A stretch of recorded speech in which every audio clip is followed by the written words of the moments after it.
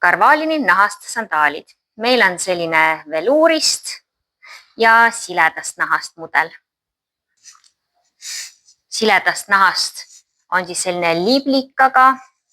Välistald on tal veidi paksem, ta on polsterdusega, aga samas ta mingil määral ikkagi paindub ka. Pealt on krõpsuga reguleeritav ja jala pealt siis krõpsuga reguleerida ei saa. Ja valge sellise soomuse efektiga, temal on jala peal krõpskinnitus ja ka pahku ümber krõpsuga reguleeritav. Samamoodi siis natukene paksem välistald.